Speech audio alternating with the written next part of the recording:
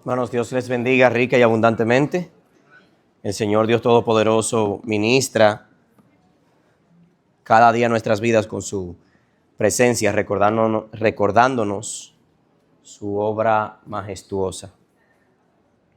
Y a Él le damos gracias porque todo lo podemos en Cristo, que nos fortalece, y tenemos esperanza en un día como el que tenemos hoy, donde siempre somos recordados de esa magnífica obra que el Señor Jesús hizo al resucitar al tercer día. Yo querría orar presentando este tiempo al Señor y luego entonces leemos de su palabra. Mientras, ¿verdad?, nos preparamos, yo quisiera que puedan abrir sus Biblias en 1 Corintios capítulo 15. Mientras nos disponemos a orar, de 1 Corintios capítulo 15, de algunos versículos selectos, veremos el tiempo en esta mañana. Padre, te damos gracias, muchas gracias, Señor, por tu bondad, tu misericordia, tu poder.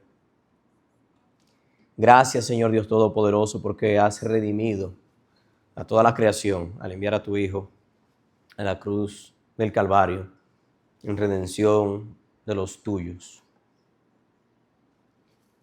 Hoy, Señor, estamos aquí y por un lado estamos gozosos porque tenemos esperanza en que tú has resucitado. Por otro lado, también nuestros corazones acongojados de ver cómo el mundo se aparta de ti y te abandona y te da la espalda, aún a pesar de este constante recordatorio de que tú entregaste tu vida en la cruz del Calvario en nuestro favor. Queremos pedirte misericordia y al mismo tiempo, Señor, rogarte por nuestras propias almas.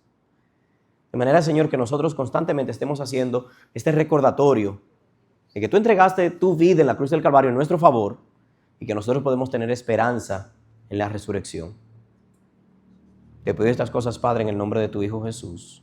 Amén y amén.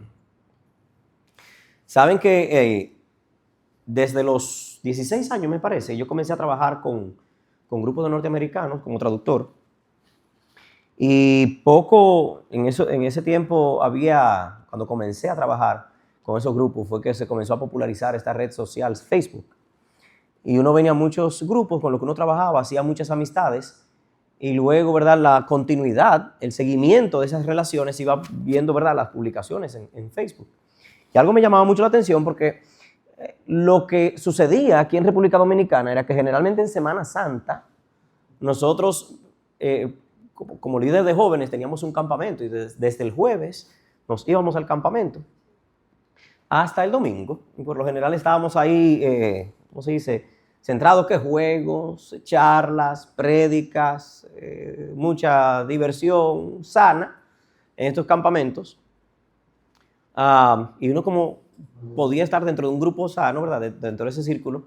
Y por lo general, cuando uno volvía a casa y uno entraba a las redes sociales, yo veía a todos mis amigos americanos que el día como hoy, un día de resurrección, era un día donde se subían las fotos, muy hermoso, muy bonito, muy, como yo le digo a Kelsey, ya bañados, como bien lindos. Yo veía todas las fotos. Entonces esta línea, este versículo, Él ha resucitado, Él ha resucitado, Él ha resucitado. Como pasan con las cosas de la cultura, ¿verdad? Han pasado muchos años y ya al día de hoy es también muy común que muchos dominicanos también, yo creo que casi en todo el mundo, la gente sube su fotico el día de hoy, le pone Él ha resucitado, Él ha resucitado, Él ha resucitado. Y cantamos ahora, Él ha resucitado, Él ha resucitado. Y Tony mencionaba ahorita como la cuestión de las tradiciones y cómo se puede algo volver un tradicionalismo o una religiosidad. Cómo muchas personas toman la Semana Santa como el momento de ir a la iglesia, o si no lo hacen en Navidad. Y como muchas veces hay doctrinas que se enseñan el día que toca. Entonces se vuelve que el día de hablar de la resurrección, el día de hablar de que Cristo ha resucitado. Y yo estaba orando por esto y entiendo, creo que es propio que nosotros hablamos de que Cristo ha resucitado. Obviamente, un día como hoy, donde los cristianos tienen prácticamente una semana para ellos. Y no estamos, como dijo Tony, no estamos en La Terrena, no estamos en Ingeñito, no estamos bebiendo romo o andando en pasola. Estamos aquí en la casa del Señor, adorando al Señor. Y posiblemente ahorita vamos a terminar el servicio. Y vamos a publicar alguna foto, alguna imagen que dice Él ha resucitado. La pregunta es, ¿de verdad eso, ese hecho, Él ha resucitado, tiene una repercusión en mi vida? Yo vivo diferente con saber que Él ha resucitado. Yo puedo cambiar mi manera de actuar, mi manera de pensar, mi manera de ser, mi manera de hablar por el simple hecho de que Jesús haya resucitado. En realidad, eso es una doctrina que cambia mi manera de vivir. El hecho de que Cristo haya resucitado hace 2000 años tiene una repercusión directa en el creyente del año 2026 en San Juan de la Maguana y en tu vida en particular, las situaciones que tú estás enfrentando, las circunstancias en las que tú te encuentras, el confort en el que tú estás viviendo. Realmente el hecho de que un hombre allá en Jerusalén se haya levantado de la tumba 3 días después de haber muerto tiene una repercusión directa en tu vida el día de hoy. En 1 Corintios capítulo 15, el apóstol Pablo le escribe a los corintios y la respuesta que vemos del apóstol Pablo es que sí, que la doctrina de la resurrección es una doctrina esencial para ser salvos, que es una doctrina esencial para ser santos y que es una doctrina esencial para tener esperanza. Si ustedes van conmigo a 1 Corintios capítulo 15, van a ver cómo el apóstol Pablo le escribe a los corintios desde el versículo 1 hasta el versículo 8. Diciendo, además os declaro, hermanos, el evangelio que os he predicado, el cual también recibisteis, en el cual también perseveráis, por el cual asimismo, si retenemos la palabra que os he predicado, sois salvos, si no creísteis en vano. Porque primeramente os he enseñado lo que asimismo recibí, que Cristo murió por nuestros pecados conforme a las Escrituras, y que fue sepultado y resucitó al tercer día conforme a las Escrituras, y que apareció a Cefas y después a los 12, y después apareció a más de 500 hermanos a la vez, de los cuales muchos viven aún y otros ya duermen. Después apareció a Jacobo, después a todos los apóstoles, y al último de todos, como un abortivo, me apareció a mí. Y en ese mismo capítulo, en el verso 58, el apóstol Pablo, verso 55, al 58, el apóstol Pablo le escribe a los corintios diciéndoles, ¿dónde está, oh muerte, tu aguijón? ¿Y dónde está, oh sepulcro, tu victoria? Ya que el aguijón de la muerte es el pecado y el poder del pecado la ley, mas gracias sean dadas a Dios, que nos da la victoria por medio de nuestro Señor Jesucristo. Así que, hermanos míos, amados, estad firmes y constantes, creciendo en la obra del Señor siempre, sabiendo que vuestro trabajo en el Señor no es en vano. La pregunta que yo hacía al principio fácilmente queda respondida en esos versículos. Me gustaría tomar los próximos minutos para poder cimentar en nuestros corazones y en nuestras mentes que la doctrina de la resurrección es necesaria para la vida cristiana, conforme a lo que vamos a ver aquí en estos versículos. Miren cómo el apóstol Pablo comienza el capítulo 15 hablando de este evangelio, el evangelio.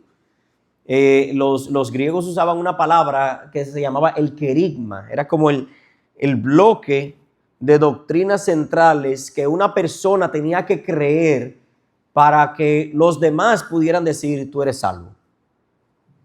Había una serie de doctrinas, como había un enunciado, había algo que no solamente tú debías saber, sino que tú debías creer para que alguien pudiera decir, sí, ese hermano es cristiano. El apóstol Pablo le escribe a los corintios diciéndoles, yo les declaro, hermanos, el evangelio que les he predicado. Y como yo le quiero recordar a ustedes, después de todo lo que le ha escrito en 1 Corintios, es como si el apóstol Pablo está acercándose al final de su carta y está diciendo, yo quiero recordarles este evangelio que yo les prediqué a ustedes. Dice, y ustedes también lo recibieron. No solamente Pablo lo predicó, sino que también ellos lo habían recibido. No solamente lo habían recibido, por ese evangelio, según el versículo 2, cuando se les predicó el evangelio y ellos lo recibieron, dice el versículo 2, por ese evangelio ustedes son salvos. Dice, a menos, claro, que hayan creído en vano, como a menos que ustedes hayan recibido esta palabra y la hayan recibido solamente en la mente, como conocimiento, y eso no haya tenido ninguna repercusión en su manera de vivir, que habría sido, ¿verdad?, creer en vano. El apóstol Pablo está diciendo, yo les prediqué este evangelio, ustedes lo recibieron, por este evangelio ustedes son salvos. Ese evangelio es el que Pablo les ha enseñado, que Pablo también había recibido de parte del Señor en el versículo 3. Y no es hasta el versículo 3 que Pablo detalla qué es el evangelio. Y si yo quiero recordarles el evangelio que yo les he enseñado, que ustedes recibieron, que yo recibí y que ustedes aceptaron. Y le dice entonces que Cristo murió por nuestros pecados conforme a las Escrituras. Que Cristo fue sepultado conforme a las Escrituras. Y que Cristo resucitó al tercer día conforme a las Escrituras. Es decir, hay un paquete doctrinal que Pablo les está diciendo aquí. El evangelio que yo he recibido, que les he predicado a ustedes y en el cual ustedes han creído y por el cual ustedes son salvos, es que Cristo murió conforme a las Escrituras, que Cristo fue sepultado conforme a las Escrituras y que Cristo resucitó conforme a las Escrituras. Pablo está queriendo decir todo esto es lo que una persona tiene que creer para ser salvo. Hoy día, un sinnúmero de religiones, cuando no tergiversan esta doctrina, la niegan completamente.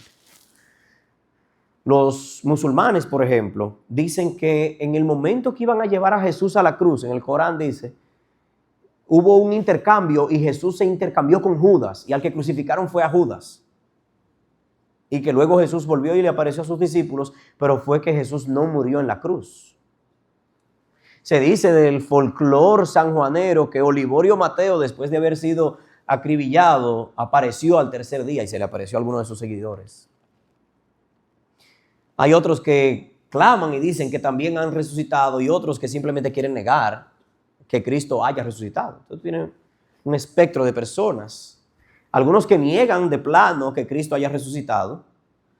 Algunos que dicen con la mente y con la boca que Cristo resucitó, pero su vida no lo refleja. Y otros que creen, han recibido el evangelio, a los cuales Pablo les escribe en base a que Cristo ha resucitado, tu manera de vivir debe reflejarlo.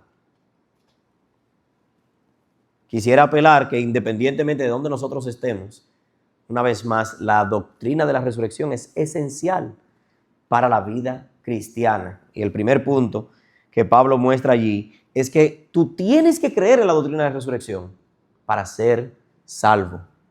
Miren, en los versículos, a partir del versículo 12, el apóstol Pablo, escribiéndole a los Corintios, identifica que hay personas dentro de la iglesia de Corinto, o por lo menos en Corinto, que no creen en la resurrección. O sea, la idea de que una persona vive sobre la faz de la tierra, muere, y que en un momento determinado va a volver a vivir, es un pensar como contraintuitivo.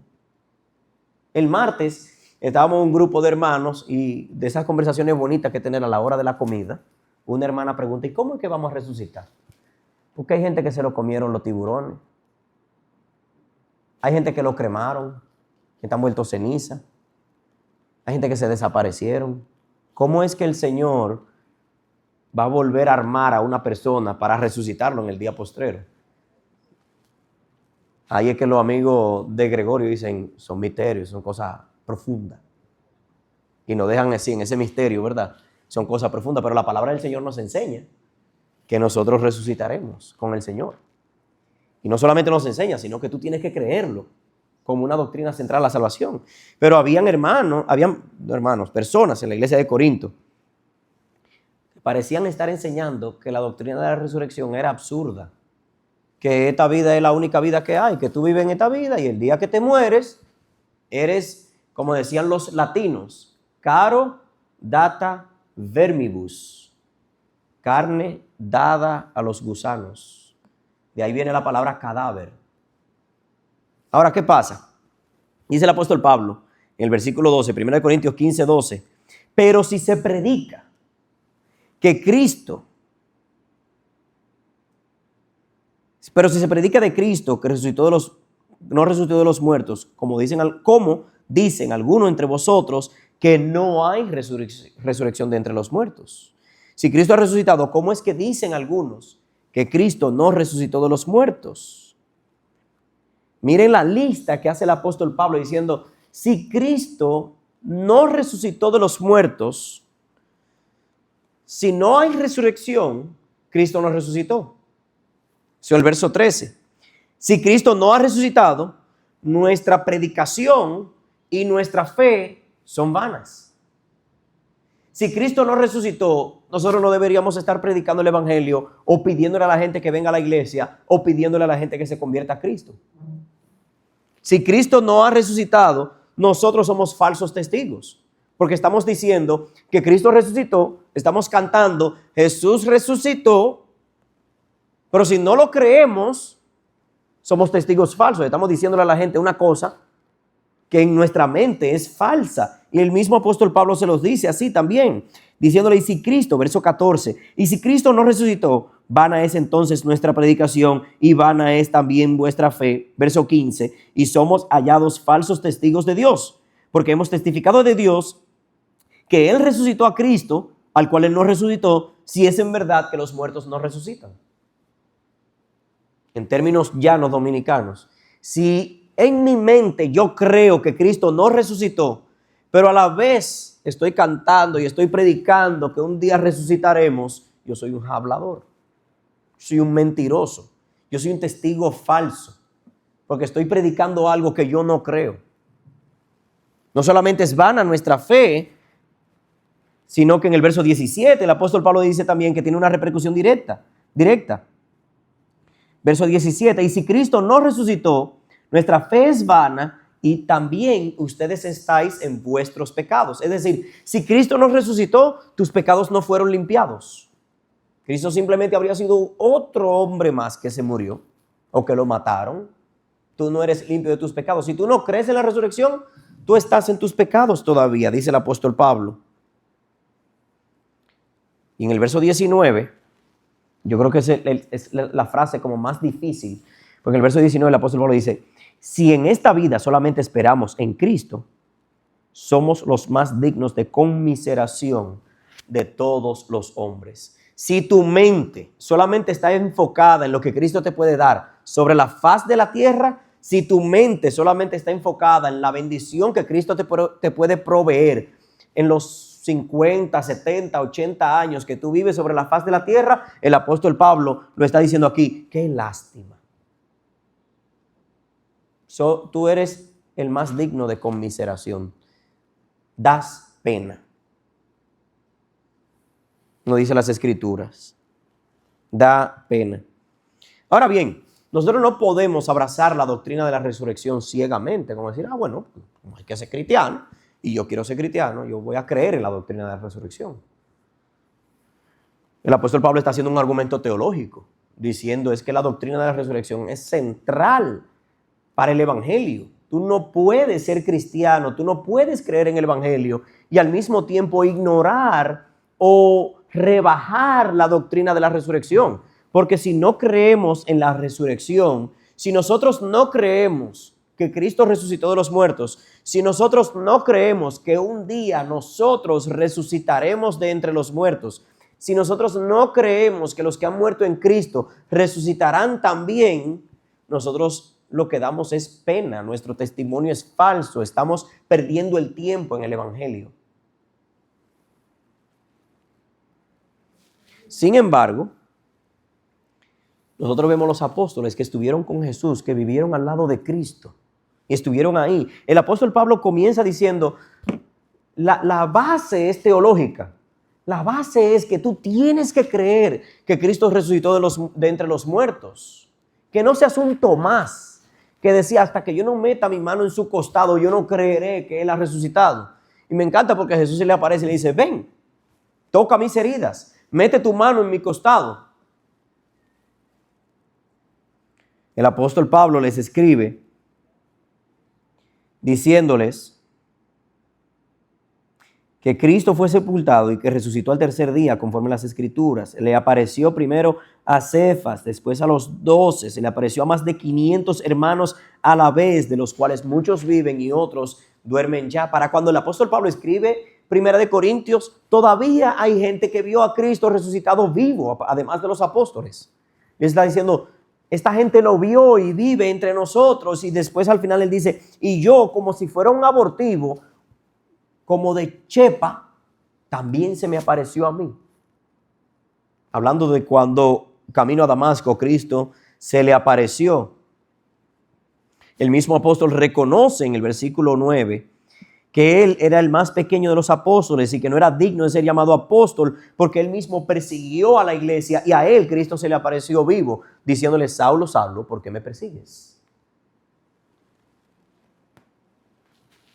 Lo interesante de esto es que estos hombres que seguían a Jesús, que vieron a Jesús vivir, que comieron con Jesús, que estuvieron al lado de Cristo durante toda su vida, que vieron cómo fue crucificado y que después estuvieron con Él y tuvieron varios encuentros con Jesús en su resurrección, nos cuenta la historia, ¿verdad? Historias guardadas no están en la Biblia, excepto, ¿verdad?, de 2 de ellas, pero lo que vemos en la historia, la tradición nos cuenta de cómo murieron los apóstoles.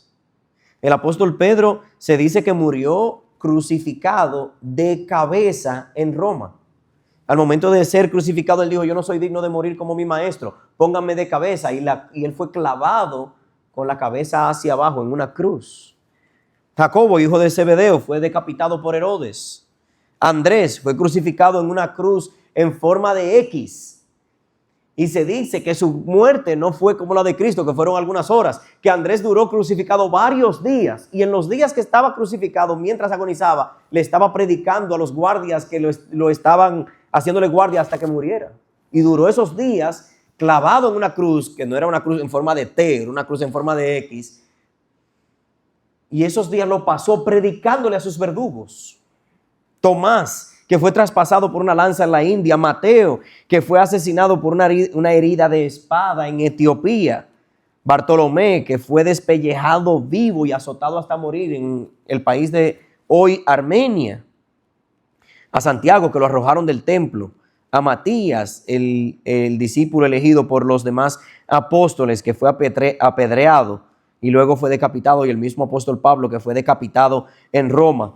El último de ellos, Juan, que cuenta la historia que lo pusieron en un balde de aceite caliente y no murió, entonces lo enviaron a una isla preso donde él escribió el libro de Apocalipsis.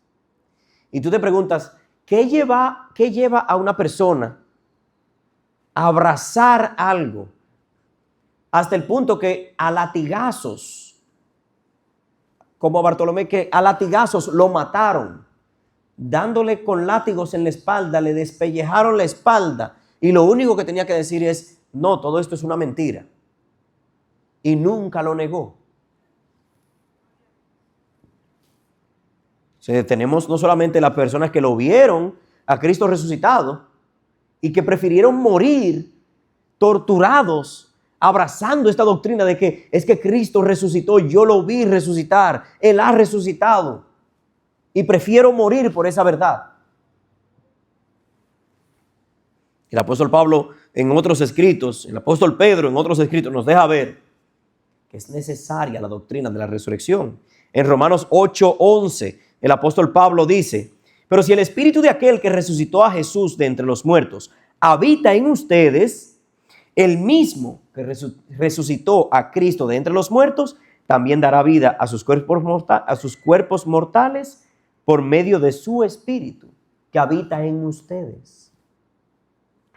En Romanos 8:11 Pablo está diciendo, si tú tienes a Cristo en tu corazón, El mismo Dios que resucitó a Cristo de entre los muertos te va a resucitar a ti en el día postrero.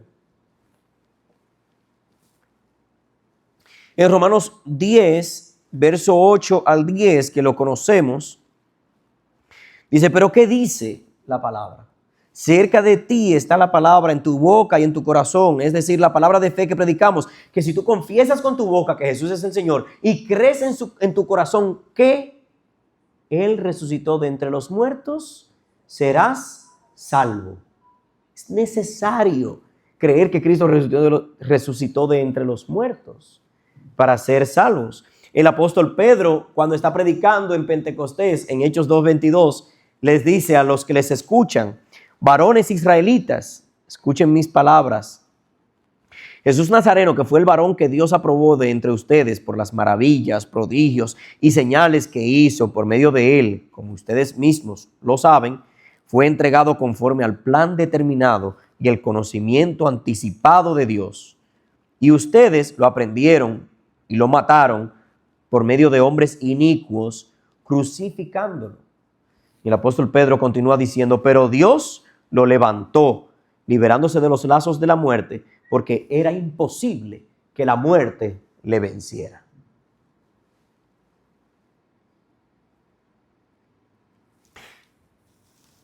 Como les decía al principio, hay personas que niegan rotundamente la doctrina de la resurrección. Hay personas que creen en la doctrina de la resurrección, pero su vida no lo refleja. Y hay personas que creen en la doctrina de la resurrección y eso se ve en su manera de vivir. La doctrina de la resurrección no solamente es necesaria para la salvación, sino que la doctrina de la resurrección es necesaria para la santificación. En la palabra, en la escritura, nosotros encontramos 3 tipos de santificación. Entiéndase, 3 maneras en las que el ser humano, antes un inicuo pecador, ahora es un hombre y es una mujer santa. Los teólogos utilizan algunos términos para identificar estas fases de la santificación. La primera es que se dice hay una santificación posicional o justificación. Es que en el momento que tú crees en el Señor Jesucristo, tú eres salvo. Y el Señor te llama ahora santo. No santo como los de los cuadros, sino que el Señor ahora te llama santo. Eso lo vemos en 1 Corintios capítulo 1, Filipenses capítulo 1, del apóstol Pablo escribiéndole a todos los santos que están en Corinto, a todos los santos que están en Filipos. Si tú has creído en Cristo como Señor y Salvador, tú tienes un título nuevo. Es como un título, es un nombre, es una declaración. Tú eres santo. Similar quizás al médico que al momento de graduarse ahora tiene el título de doctor. Ahora le toca entrar al quirófano y vivir como un doctor. El momento que tú crees en el Señor Jesucristo como tu Señor y Salvador, arrepintiéndote de tus pecados y obviamente, como hemos dicho, creyendo en esa doctrina de la resurrección, a ti se te declara santo. Pero nuestras vidas no siempre reflejan esa santidad. Pero tenemos el título, santo. La segunda es una santificación progresiva. Es aquella en la que el Señor nos invita a nosotros a tomar parte, diciendo, sean ustedes santos porque vuestro Padre que está en los cielos es santo. Sed vosotros santos en toda vuestra manera de vivir. Santifíquense, procuren la santidad. Estas son las cosas a las que el Señor nos llama a hacer con tal de crecer en santidad, de manera tal que la lucha que yo tenía hace 2 años con el pique, la ansiedad, la mortificación, yo estoy creciendo en santidad de manera tal que cuando yo te vi hace 10 años, yo veo que tú no eres el mismo cristiano de hoy, 10 años después, que puedo ver un crecimiento en todo ese trayecto y puedo ver una santificación progresiva. Y la doctrina de la resurrección es necesaria para la santificación progresiva. La última santificación es la santificación final, o la glorificación. O sea, ese es nuestro último punto. Es la idea de que un día el Señor nos tendrá delante de su presencia y ya no habrá más nada que pelear, ya no habrá más nada con lo cual luchar, sino que tú serás completamente santo, de título, de vida y en plenitud. Tú serás completamente santo. Creer en la doctrina de la resurrección es necesaria para las tres fases de la santificación. Pero el apóstol Pablo, escribiendo a los Corintios, en el versículo que leímos al final, dice: así que, hermanos míos, estad firmes y constantes, creciendo en la obra del Señor siempre. Esto es un capítulo largo y todo el argumento de Pablo es: tú tienes que creer en la doctrina de la resurrección. Pero la conclusión del apóstol Pablo es que la doctrina de la resurrección es la base para que tú y yo estemos firmes, que seamos constantes y que estemos creciendo en la obra del Señor siempre. Obviamente, algunos teólogos dicen que que ese cierre, ese versículo, concluye toda la carta. Otros dicen que ese versículo concluye el capítulo. Yo quisiera argumentar que ambas pueden ser correctas. La realidad es que la doctrina de la resurrección es lo que me permite a mí vivir una vida de santidad que glorifica a Dios en todo momento. En Colosenses capítulo 1, verso 23, escribiéndole al apóstol Pablo, y esto fue un versículo que tenemos, ¿verdad?, como lema para este año. Hemos hablado del estar firmes y arraigados. Colosenses capítulo 1, verso 23, cuando el apóstol Pablo le escribe a los colosenses, le dice: si en verdad permanecéis fundados y firmes en la fe, diciéndole: y sin moveros de la esperanza del evangelio que habéis oído, el cual se predica en toda la creación que está debajo del cielo, del cual yo, Pablo, fui hecho ministro. Es decir, que la doctrina de la resurrección me ayuda a mantenerme firme y a mantenerme constante y a mantenerme creciendo en la obra del Señor. Miren, el pastor John MacArthur dice: si realmente creemos y estamos de verdad agradecidos porque nuestra resurrección está asegurada, debiéramos demostrar nuestra fe y agradecimiento permaneciendo firmes y constantes, creciendo en la obra del Señor siempre. Es decir, que si de verdad nosotros estamos persuadidos de que nuestra resurrección está asegurada, ¿cómo debería ser mi manera de vivir? Estar firmes y estar constante y estar constantemente creciendo en la obra del Señor. William Baker, hablando de este pasaje, dice: los cristianos no deben ver nada de su vida como carente de significado o sin propósito. La vida del cristiano, cada minuto, está llena de propósito mientras sirven a Cristo en la preparación de su venida. Si no se aferran a la verdad del evangelio, habrán vivido en vano. Si nosotros no estamos aferrados a la doctrina de la resurrección, estamos viviendo un evangelio en vano. Somos los más dignos de conmiseración de todos los hombres. Y la realidad es que nosotros, como seres humanos, si tú eres un ser humano, come con sal, igual que yo, hay situaciones de la vida que les remenean la zapata a uno. Hay terremotos emocionales, espirituales, circunstancias que te hacen sentir como que tú no estás firme. La palabra de Dios tiene algo que, si bien es cierto, aplica para los líderes de la iglesia. Yo no voy a detallar ese pasaje porque lo vamos a ver dentro de unas semanas.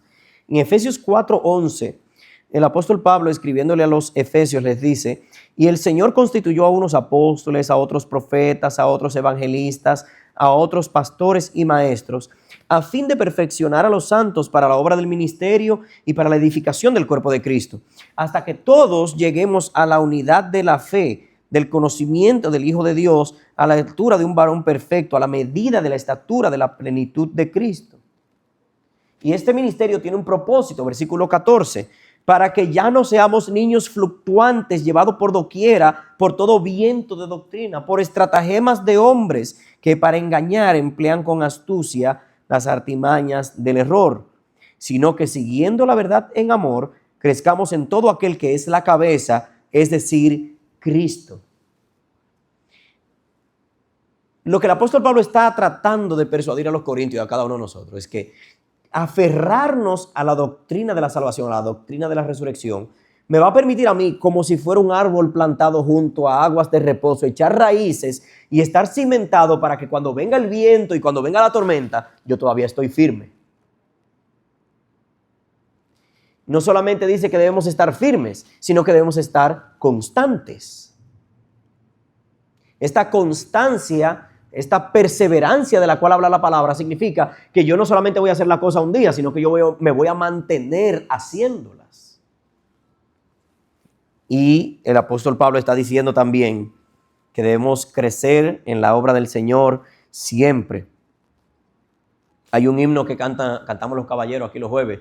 Dice, firmes, fuertes, alcen la bandera, grande, noble emblema del deber, prontos, bravos, alcen la consigna, marchen todos, vamos a vencer. ¿Por qué no deberíamos nosotros marchar en firmeza si ya el Señor nos está diciendo que la victoria está garantizada? Nosotros vamos a resucitar con Cristo. Por tanto, yo puedo estar firme y constante y creciendo en la obra del Señor. Esta doctrina de la resurrección debe ser nuestra ayuda, debe ser nuestro apoyo, debe ser la base para mantenernos firmes en el Señor cuando estamos cansados, cuando uno, en términos dominicanos, se harta de lo mismo.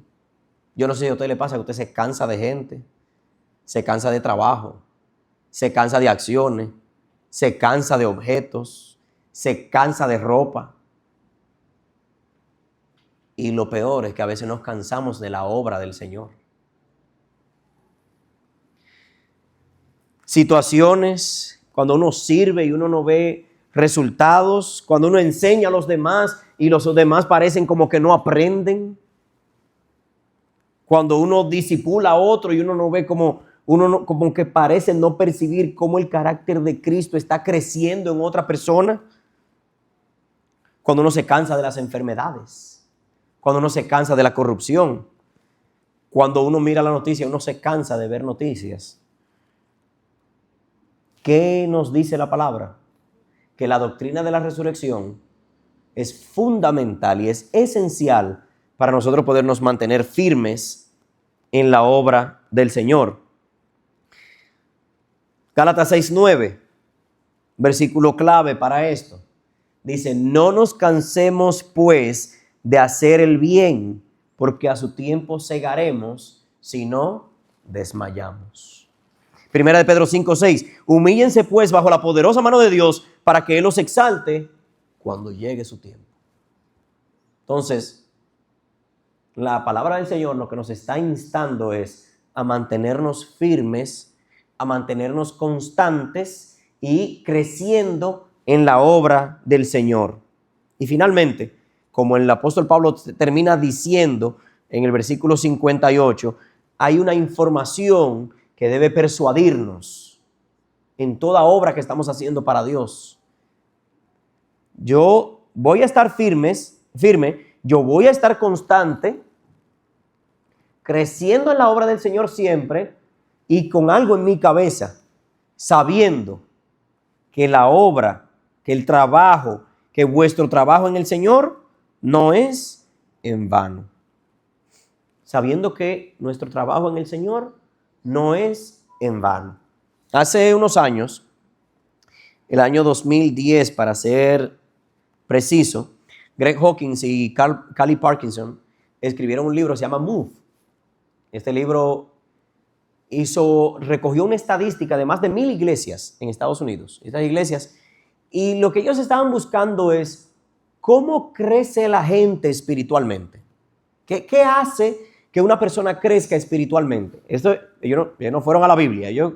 Vamos a preguntarle a la gente. Vamos a ir a 1,000 iglesias Y vamos a preguntarle a todos los miembros, a los líderes, a la gente que se descarrió, a la gente que se mudó de una iglesia para otra. Vamos a preguntarles, ¿qué causó que ellos entraran en un letargo espiritual y qué hicieron ellos para poder salir de ese letargo espiritual? Ese estancamiento espiritual, como ellos le llaman. Y en todas estas investigaciones, le voy a mencionar algunas. En cuanto a doctrina, o sea, en cuanto a conocimiento, la doctrina de la salvación por gracia y la doctrina de la Trinidad eran las dos primeras que llevaban a una gente como a crecer más espiritualmente, en cuanto a doctrina.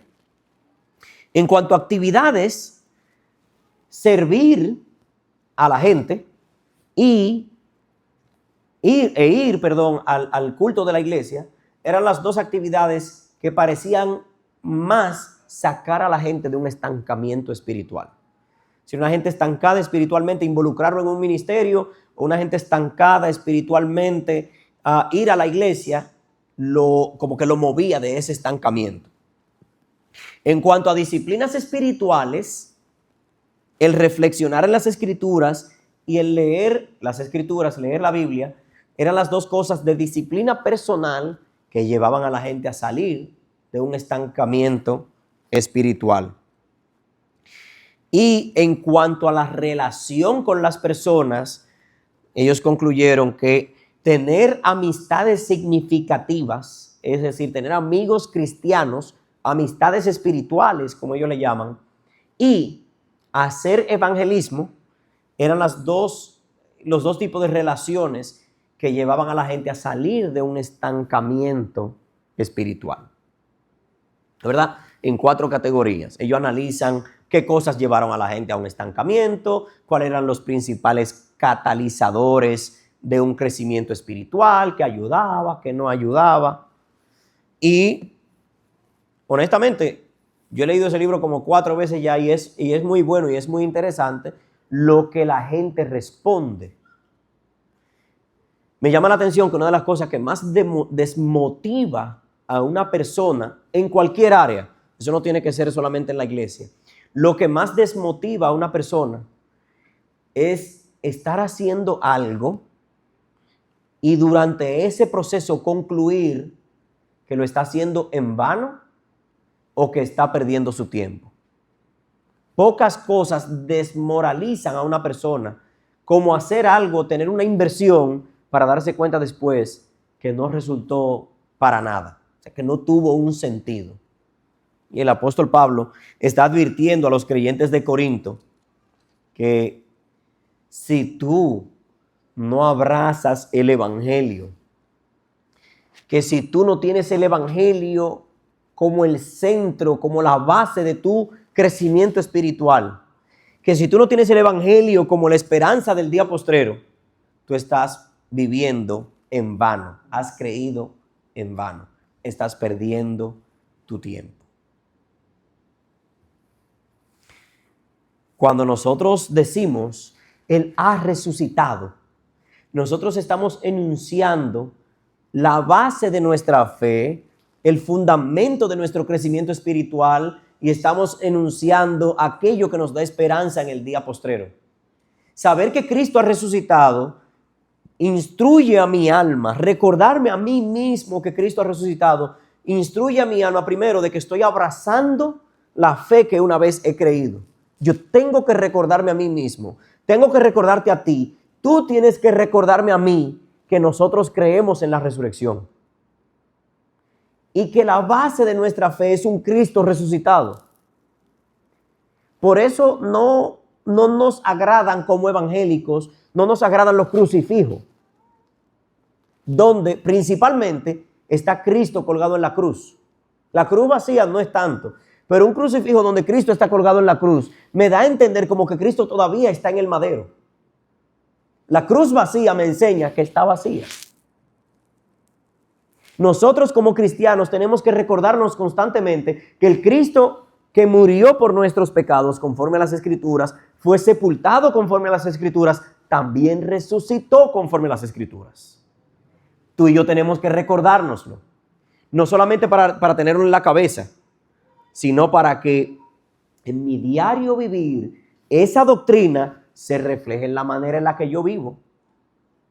Porque a veces la manera en la que yo estudio, la manera en la que yo trabajo, la manera en la que yo busco el dinero, la manera en la que yo invierto el dinero, la manera en la que yo cuido por mis familiares enfermos, la manera en la que yo busco cosas terrenales, da a entender que aunque yo digo con mi mente o con mi boca que yo creo en la resurrección, la manera en la que estoy buscando la añadidura me hace pensar como que este mundo es lo único. Y debe ser para el creyente que aunque traficamos, hablamos, hacemos, como dice en el libro de Santiago, lo hacemos es, como dijimos la semana pasada, si el Señor así lo permite. Confiados en que la mano del Señor está con nosotros y que un día resucitaremos. Esto me permite sufrir con gozo porque yo sé que aunque yo estoy sufriendo ahora en este mundo, llegará el día postrero donde no habrá más llanto, no habrá dolor, no habrá enfermedad, no habrá dolencia, no habrá tristeza, no habrá depresión, no habrá ningún tipo de cáncer, sino que yo estaré delante de la presencia del Cristo resucitado, yo con un cuerpo resucitado, nuevo, con un nombre nuevo, y estaré delante de la presencia del Señor adorándole por siempre y para siempre. Y esa es la doctrina que creo que me ayuda a crecer y que me da esperanza para el futuro. La doctrina de la resurrección. Entonces, decir Cristo ha resucitado tiene una repercusión en toda mi manera de vivir, para que no se quede diciendo solamente Cristo ha resucitado, solamente una publicación de un estado, sino que Cristo ha resucitado es mi manera de vivir. Yo quisiera orar, culminar, ¿verdad?, este tiempo, pero al mismo tiempo quisiera pedirle al Señor que ministre nuestros corazones para que podamos en silencio evaluar nuestra vida espiritual, que podamos evaluar nuestra fe, nuestra firmeza en el Evangelio, nuestra constancia en su obra, que podamos evaluar nuestro crecimiento espiritual, que podamos evaluar si en alguna manera yo siento que lo que estoy haciendo para el Señor parece ser en vano porque no estoy viendo resultados ahora. Que el Señor sea que ministre nuestros corazones. Así que voy a orar, pero aunque vamos a tomar esa actitud de reverencia en la oración, quiero advertirles que voy a estar en silencio y que quiero que tú estés en silencio y que esta primera parte de la oración sea solamente en silencio, meditando en lo que significa para mi vida que Cristo haya resucitado. Obviamente terminaré orando y luego, ¿verdad?, voy a compartir con ustedes algunas de las actividades que tenemos esta semana. Pero que esto sirva para ayudarnos a pensar cómo mi vida está reflejando la doctrina que yo creo en mi corazón de que Cristo ha resucitado. Vamos a orar, vamos a estar en silencio y luego, ¿verdad?, yo oraré y al final todos decimos amén.